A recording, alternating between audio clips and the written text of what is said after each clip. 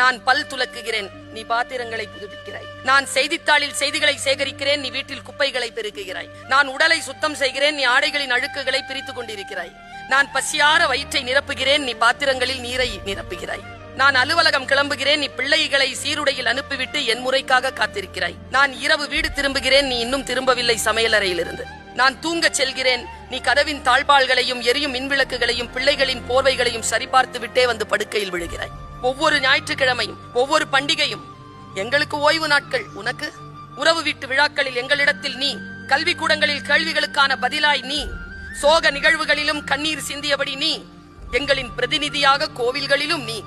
என் வாழ்க்கை தோழியே, இப்போதெல்லாம் நான் வேலை செய்கிறேன் என்று சொல்லவே கூச்சமாக இருக்கிறது.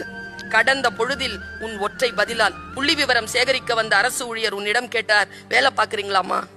உன் பதில், இல்லைங்க, நான் வீட்டில் சும்மாதான் இருக்கேன்.